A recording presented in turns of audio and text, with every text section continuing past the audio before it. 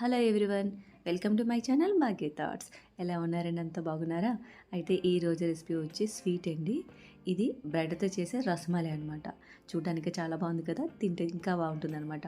ఎవరైనా మన ఇంటికి ఫ్రెండ్స్ కానీ గెస్ట్ కానీ ఎవరు వచ్చారనుకోండి, ఆ రోజు మనం ఇది చేసి పెట్టామంటే కనుక ఇది బెస్ట్ డిజర్ట్ అవుతుంది అనమాట. అంత బాగుంటుందండి, తినే కొద్దీ తినాలనిపిస్తుంది. ఒక స్పూన్ మనం వదిలిపెట్టలేం. ముందుగా దీనికోసం మనం కస్టర్డ్ పౌడర్ రెడీ చేసుకోవాలండి. ఒక మిక్సీ జార్లో 2 స్పూన్ల పాల పౌడర్ తీసుకోవాలి, 2 స్పూన్ల కార్న్ ఫ్లోర్ తీసుకోవాలి, అలాగే 2 స్పూన్ల షుగర్. ఫుడ్ కలర్ అనేది ఎల్లో కలర్ వాడాలండి, లేదంటే కనుక లిక్విడ్ అయినా పర్లేదు, పౌడర్ అయినా పర్వాలేదు. అలాగే దీంట్లోకి ఇలాచీ అయినా వేసుకోవచ్చండి మీరు, లేదంటే ఏదైనా ఎసెన్స్ ఉంటే వేసుకోండి, అది కూడా బాగానే ఉంటుంది. ఇవన్నీ కలిపి మన మిక్సీ జార్లో కొంచెంసేపు మెత్తగా గ్రైండ్ చేసుకోవాలి. మొత్తం పౌడర్లో అయిపోతుంది అనమాట. చేసుకొని పక్కన పెట్టేసుకోవాలండి. ఇలాగా బ్రెడ్ని తీసుకున్నానండి నేను.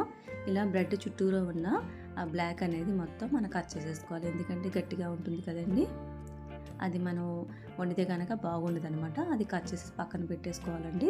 ఇట్లా నేను చూపించిన విధంగా కట్ చేసుకోండి. దీన్ని మనం బ్రౌన్ బ్రెడ్తో కూడా చేసుకోవచ్చండి, అది కూడా టేస్టీగానే ఉంటుంది. నేనైతే మిల్క్ బ్రెడ్తో చేస్తున్నాను అనమాట. బ్రౌన్ బ్రెడ్ కూడా చాలా బాగుంటుంది. అలాగే కళాయి పెట్టుకొని, కళాయి వేడెక్కిన తర్వాత దాంట్లో నెయ్యి వేసుకోవాలండి. నెయ్యి బాగా కాగిన తర్వాత మనం కట్ చేసుకున్న బ్రెడ్ ముక్కలు ఉన్నాయి కదండి, అది ఆ ప్యాన్లో పెట్టుకొని చక్కగా దోరగా వేయించుకోవాలండి. చిన్న మంట మీద మాడిపోకుండా తిరగేసుకుంటూ దగ్గరుండి వేయించుకోండి. చక్కగా దోరగా వేగాలి, ఎర్రగా వేగాలి. నెయ్యి అయినా పర్లేదండి, మీరు బటర్ అయినా వాడచ్చు, ఏది వేసుకున్నా బాగానే ఉంటుంది. ఏదైనా కొంచెం తక్కువైంది అనుకోండి, మళ్ళీ నెయ్యి పక్క నుంచి వేసుకోవచ్చు అనమాట చూసుకొని, ఎందుకంటే బ్రెడ్ అనేది నెయ్యి పీల్చేస్తుంది కదా. సో ఎక్కడైనా ఏ బ్రెడ్ కైనా నెయ్యి సరిపోతే కనుక మళ్ళీ తిరగేసినప్పుడు ఇంకొంచెం నెయ్యి వేసుకోండి, అది కూడా మంచి టేస్ట్ని ఇస్తుందండి. ఎందుకంటే బ్రెడ్ వేయించడంలో కూడా, ఈ బ్రెడ్ వేయించడంలో కూడా ఈ రెసిపీ టేస్ట్ అనేది ఉంటుంది అనమాట. చూసారా, ఈ విధంగా మొత్తం బ్రెడ్ మొత్తాన్ని వేయించేసుకోవాలండి. వేయించేసుకొని పక్కన పెట్టేసుకోవాలి. తర్వాత మనం పాలను మరిగించుకోవాలండి. ఇందులో మెయిన్ పాలండి. పాలు చిక్కగా ఉండాలన్నమాట, పచ్చగా అస్సలు ఉండకూడదు.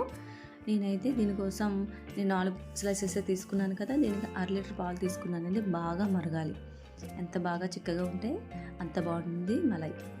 సో ఇలా చిక్కగా మరిగిపోయిన తర్వాత పాలు, మనం కస్టర్డ్ పౌడర్ తీసుకున్నాం కదండి, ఆ కస్టర్డ్ పౌడర్లో కొంచెం చల్లని పాలు పోసి నేను చూపించిన విధంగా పలచగా చేసుకొని మరుగుతున్న పాలల్లో కొంచెం కొంచెం వేసుకుంటూ కలుపుకుంటూ వేసుకోవాలండి, ఒంట్లో కట్టకుండా. చాలేదనుకోండి, మనం కలిపిన 2 స్పూన్స్ అనేది ఇంకొక మళ్ళీ కొంచెం 2 స్పూన్లు కలుపుకొని వేసుకోవచ్చు, ఏం పర్వాలేదు. చూసుకొని వేసుకోండి, మరీ ఎక్కువ వేసుకుంటే బాగా చిక్కబడిపోతుంది, అసలు బాగుండదు. ఇలా వేసుకున్న తర్వాత చిన్న మంట మీద బాగా మరిగించుకోవాలండి. బాగా తిప్పుకుంటూ మరిగించుకోండి, చిన్న మంట వదిలేయకూడదు.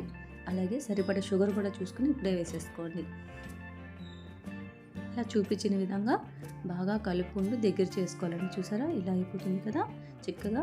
అప్పుడు మనం బాదం పప్పు, జీడిపప్పు, పిస్తా పప్పు, ఇలా ఈ డ్రై ఫ్రూట్స్ ఏమైనా ఉంటే చక్కగా మనం చిన్న చిన్న ముక్కలుగా చేసేసుకోవాలండి. చేసేసుకుని పక్కన పెట్టుకోవాలి. ఇలా చూసారా, ఈ విధంగా చిన్న చిన్న ముక్కలుగా చేసుకున్న తర్వాత దాన్ని ఈ మరిగిన పాలల్లో వేసేసుకోండి. వేసేసుకొని బాగా కలుపుకోండి.